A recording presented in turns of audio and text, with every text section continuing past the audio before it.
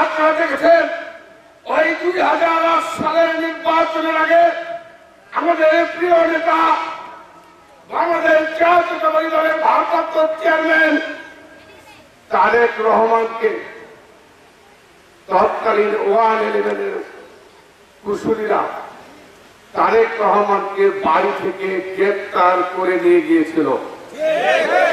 তারেক রহমানকে বাড়ি থেকে গ্রেপ্তার করে বাংলাদেশের প্রথম বাংলাদেশের নির্বাচিত প্রেসিডেন্ট, বাংলাদেশের প্রথম মহিলা প্রধানমন্ত্রী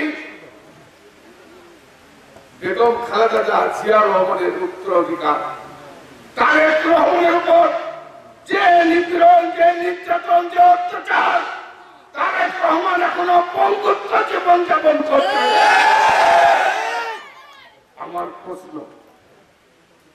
আমার প্রশ্ন যারা 2007 সালে বাংলাদেশের গণতন্ত্রকে যারা হত্যা করল, যারা খালেদা জিয়াকে গ্রেপ্তার করল, যারা তারেক রহমানকে পঙ্গু বানালো, তারা কেন বাদে এখনো ঘুরে বেড়াচ্ছে? কেন তাদেরকে গ্রেপ্তার করা হচ্ছে না? কেন তাদের বিরুদ্ধে মামলা হচ্ছে না? আমাদের প্রশ্ন হচ্ছে এটাই।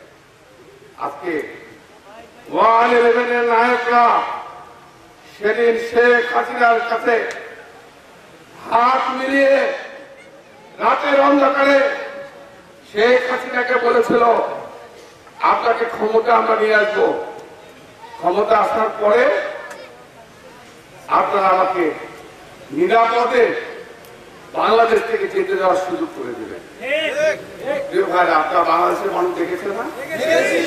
জেনারেল, যারা বাংলাদেশের গণতন্ত্র, বাংলাদেশের স্বাধীনতা, বাংলাদেশের সার্বভৌমত্ব, বাংলাদেশের মানুষের ভোটের অধিকার যারা কেড়ে নিয়েছে, এই 111 কৌশলীদেরকে গ্রেপ্তার করে তাদের বিরুদ্ধে মামলা দিয়ে গ্রেপ্তারি কারণা দিয়ে যে যেখানে আছে তাদেরকে সেখান থেকে ধরে নিয়ে এসে আইনের আওতায় আনতে হবে।